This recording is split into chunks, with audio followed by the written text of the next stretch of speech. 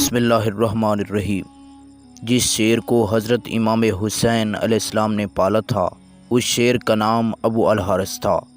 یہ ابو الحارث کہاں سے آیا اور 10ویں محرم کو میدان کربلا میں کیسے پہنچا، پھر اس شیر نے یزیدی لشکر کے ساتھ کیا کیا، آج کی اس داستان میں ہم آپ کو تفصیل سے بتائیں گے۔ ناظرین، ایک دن حضرت علی علیہ السلام خطبہ ارشاد فرما رہے تھے کہ چند افراد دوڑتے ہوئے آپ کے پاس آئے اور عرض کی، یا علی، ایک شیر آپ کی طرف آ رہا ہے۔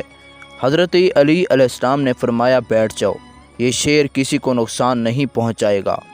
ابھی گفتگو مکمل بھی نہ ہوئی تھی کہ ایک بڑا سا شیر آ کر حضرت علی علیہ السلام کے قدموں میں سر رکھ کر سلام پیش کرتا ہے۔ پھر اس شیر نے چند دن کا اپنا بچہ حضرت علی علیہ السلام کی خدمت میں پیش کیا۔ شیرنی نے اپنی زبان میں کہا، مولا، میں اس بچے کی ماں ہوں، اس کا باپ فوت ہو چکا ہے، میں چاہتی ہوں کہ میرا بچہ محفوظ ہاتھوں میں ہو اور اچھی تربیت پا سکے۔ حضرت علی علیہ السلام نے فرمایا، تم اطمینان سے چلی جاؤ، علی کہہ رہا ہے کہ اسے یتیمی کا احساس نہیں ہوگا، میں اسے اس کے حوالے کروں گا جو یتیموں کی بہترین پرورش کرتا ہے۔ شیرنی نے پوچھا، مولا، وہ کون ہے جو جانوروں کو بھی یتیمی کا دکھ محسوس نہیں ہونے دیتا؟ آپ علیہ السلام نے جواب دیا، میرا بیٹا حسین۔ پھر حضرت علی علیہ السلام نے امام حسین علیہ السلام سے فرمایا، بیٹا حسین، اس شیر کے بچے کو لے جاؤ۔ امام حسین نے اس ننھے شیر کو اٹھایا، شفقت سے اس کے سر پر ہاتھ پھیرا اور فرمایا، آج سے اس بچے کا نام ابو الحارث ہے۔ ابو الحارث بچپن سے ہی امام حسین کے ساتھ رہا، وہ جہاں جاتے شیر بھی ساتھ ہوتا۔ امام سے اس سے بے حد محبت اور عقیدت تھی۔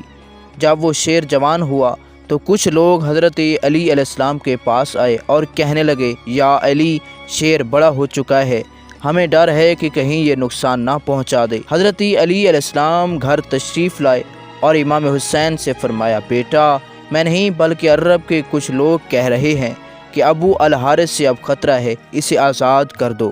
یہ سن کر امام حسین کی آنکھوں سے آنسو جاری ہو گئے۔ آپ علیہ السلام نے مسکرا کر فرمایا، جی بابا جان، جیسے آپ کا حکم۔ آپ نے مزید فرمایا، بابا، آج کا دن اسے میرے ساتھ گزارنے دیں، کل یہ نظر نہیں آئے گا۔ حضرت علی نے پوچھا، کیوں بیٹا، آج کے دن کیا کرو گے؟ امام حسین نے عرض کی، بابا جان، شام ہو چکی ہے، یہ وقت کسی کو گھر سے نکالنے کا نہیں۔ جب تہجد کے وقت امام حسین شیر کو خوراک دینے لگے تو ابو الحارث نے پوچھا، مولا، آج اتنی جلدی؟ امام حسین نے اسے ساری بات بتا دی۔ ابو الحارث نے کہا، ٹھیک ہے مولا، میں چلا جاؤں گا، لیکن ایک شرط ہے۔ آپ نے پوچھا، کیا شرط ہے؟ ابو الحارث نے کہا، بس ایک ملاقات ضرور ہونی چاہیے۔ امام حسین علیہ السلام نے فرمایا، یاد رکھنا، 10 محرم الحرام 61 ہجری میدان کربلا کے ٹیلے کے قریب تمہیں ایک آواز آئے گی، اسی آواز پر چلے آنا۔ ابو الحارث نے پوچھا، مولا، آواز کون دے گا؟ امام نے فرمایا، ہماری اماں فضہ۔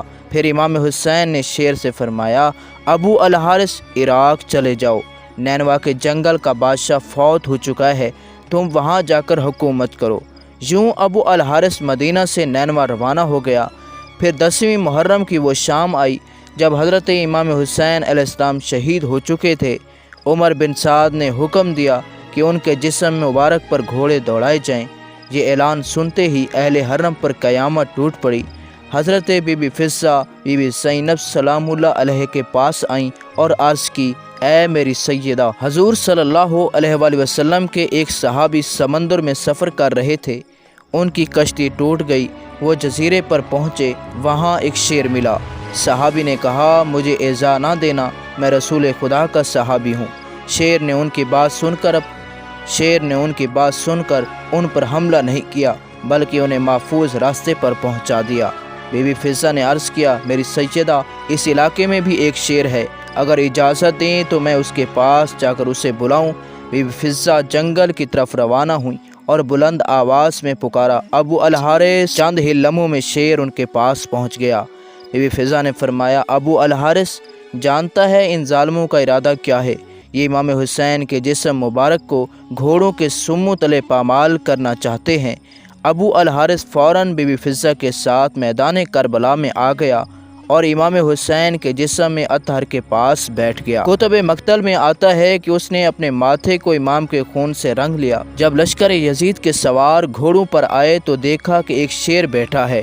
گھوڑے بدک گئے، سوار پلٹ گئے، کسی کو ہمت نہ ہوئی کہ آگے بڑھ سکے۔ جب عمر بن سعد کو یہ خبر پہنچی تو اس نے کہا کہ اس واقعے کو کسی پر ظاہر نہ کیا جائے ورنہ یہ فتنہ بن جائے گا۔ یوں حضرت امام حسین علیہ السلام کا جسم مبارک شیر کی حفاظت میں محفوظ رہا۔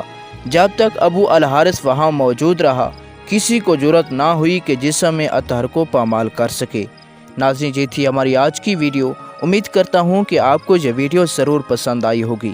اگر یہ ویڈیو پسند آئے تو ہمارے یوٹیوب چینل ایمان ٹیلز کو سبسکرائب کریں اور اس ویڈیو کو اپنے دوست کے ساتھ بھی شیئر کریں۔